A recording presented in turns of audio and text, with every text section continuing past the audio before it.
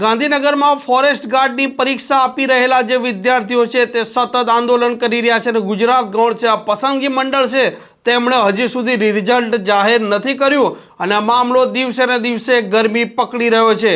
આ મામલે આમ આદમી પાર્ટીના નેતાએ પણ ગંભીર આરોપ લગાવ્યા છે।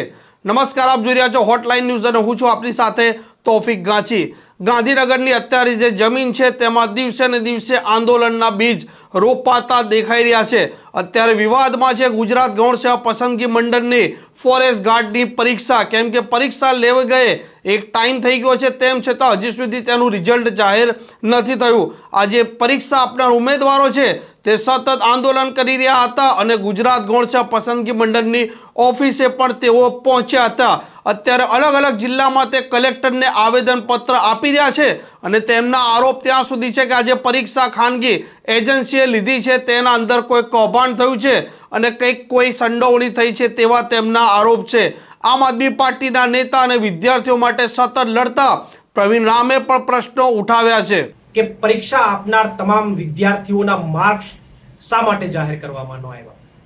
એક પણ વિદ્યાર્થીના માર્ક્સ જાહેર ન કરી અને માત્ર સિલેક્ટ થયેલા વિદ્યાર્થીઓનું લિસ્ટ જાહેર કરી અને ક્યાંક વિદ્યાર્થીઓના મનમાં શંકા ઉપજાવવાનું કામ આ સરકાર કરી રહી છે।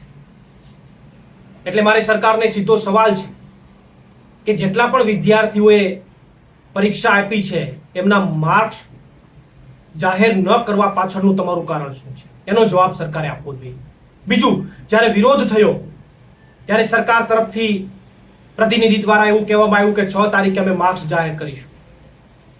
અરે વડીલ મુરબ્બીઓ, માર્ક્સ તો તમારી પાસે ઓલરેડી છે, માત્ર અને પીડીએફ કોપીમાં જ હશે, માત્ર અપલોડ જ કરવાના છે।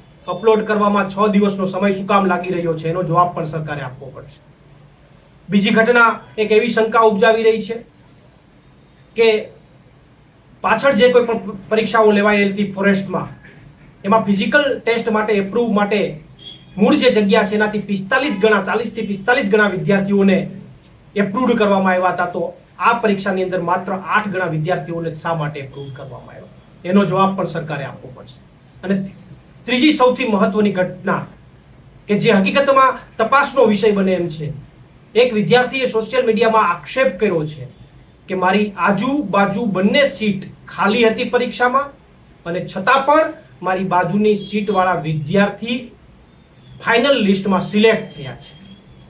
જી હા, 198 નામના વિદ્યાર્થીએ સોશિયલ મીડિયાની અંદર આક્ષેપ કર્યો છે કે મારી બંને આજુબાજુની સીટો ખાલી હતી, એમને કોઈ પરીક્ષા નહોતી આપી, ખાલી હતી મતલબ કે પરીક્ષા નથી આપી, છતાં પણ ફાઇનલ લિસ્ટ જે આવ્યું એમની અંદર 198 નામના વિદ્યાર્થી સિલેક્ટ થયા છે, ફાઇનલ લિસ્ટમાં સામે આવ્યું છે।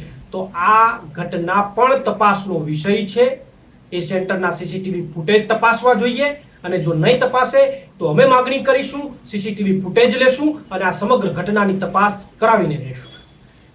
પરંતુ આ તમામ ઘટનાઓ જે બની રહી છે એ શંકા 110% ઉપજાવી રહી છે। ત્યારે ગુજરાતના વિદ્યાર્થીઓ આંદોલન કરી રહ્યા છે, અવાજ ઉઠાવી રહ્યા છે। વિદ્યાર્થીઓની માંગણી છે કે સીબીઆરટી પદ્ધતિ છે દૂર થવી જોઈએ। 8 ગણા જે વિદ્યાર્થીઓને સિલેક્ટ કરવામાં આવ્યા છે એની જગ્યાએ 40 થી 45% વિદ્યાર્થીઓને સિલેક્ટ કરવા જોઈએ અને આ માર્ક્સ જે છે એ 6 તારીખ એવડો ગાળો પછી જાહેર કરવાની જે વાત છે એવું ન થવું જોઈએ। તાત્કાલિક ધોરણે માર્ક્સ છે જાહેર થવા જોઈએ। આવી માંગણીઓને લઈને વિદ્યાર્થીઓ આંદોલન કરી રહ્યા છે। ત્યારે એ આંદોલનને સંપૂર્ણપણે વ્યક્તિગત રીતે મારું સંપૂર્ણ સમર્થન છે, પાર્ટીના લેવલથી પણ મારું સંપૂર્ણ સમર્થન છે। ભાઈ શ્રી યુવરાજસિંહભાઈ જાડેજા પણ આ આંદોલનને સમર્થન કરી રહ્યા છે, આંદોલનને સપોર્ટ કરી રહ્યા છે। ત્યારે ચોક્કસથી ગુજરાતના વિદ્યાર્થીઓની સાથે અમે બધા તમારી સાથે પડખે ઊભા છે અને જ્યાં જરૂર પડશે એ પછી રસ્તા ઉપરની લડાઈમાં પણ જો કદાચ જરૂર પડે તો પણ અમે તમારી સાથે ગુજરાતના યુવાનોની સાથે સંપૂર્ણપણે છીએ। અને બીજી વાત, સરકારને ચેતવણી પણ આપવા માંગીએ છીએ કે જે વિદ્યાર્થીઓની માંગણી છે એ તાત્કાલિક ધોરણે પૂર્ણ કરો। જો પૂર્ણ નહીં કરો તો રસ્તાઓ ઉપરની લડાઈ લડવા માટે મજબૂરીવશ પણ અમારે આવવું પડશે અને વિદ્યાર્થીઓ માટે, વિદ્યાર્થીઓના હિત માટે કદાચ તમારી સામે બાયો પણ ચડાવવી પડે તો પણ એ બાયો ચડાવી અને તમારી સામે લડવા માટે અમે તૈયાર છીએ। ગુજરાત ફોરેસ્ટ ગાર્ડની આ પરીક્ષાનો મામલો દિવસે ને દિવસે ગરમી પકડી રહ્યો છે અને ગૌણ પસંદગી મંડળની હજી સુધી આ મામલે કોઈ સ્પષ્ટતા નથી આવી. આ વિદ્યાર્થીઓ સતત આંદોલન કરી રહ્યા છે અને તેમની માંગ પર અડગ છે કે પરીક્ષા આપે આટલો સમય થયો તેમ છતાં કેમ હજી સુધી રિઝલ્ટ જાહેર નથી થયું. આ પરીક્ષા જે ખાનગી એજન્સીએ લીધી છે, શું તેમાં કોઈ કૌભાંડ આચરવામાં આવ્યું છે, કોઈની સંડોવણી છે? આવા અનેક પ્રશ્નો આ નેતા અને વિદ્યાર્થીઓ ઊભા કરી રહ્યા છે. જોઈએ આ મામલે સરકાર કેટલી ઝડપી જાગે છે અને ફોરેસ્ટ ગાર્ડનું જે રિઝલ્ટનું કોકળું ગૂંચવાયું છે તેનું નિરાકરણ કેટલું ઝડપી આવે છે. આ પ્રકારના સમાચાર જો આપને પસંદ આવતા હોય તો હોટલાઇન ન્યૂઝને સબસ્ક્રાઇબ અને શેર કરવાનું ભૂલતા નહીં.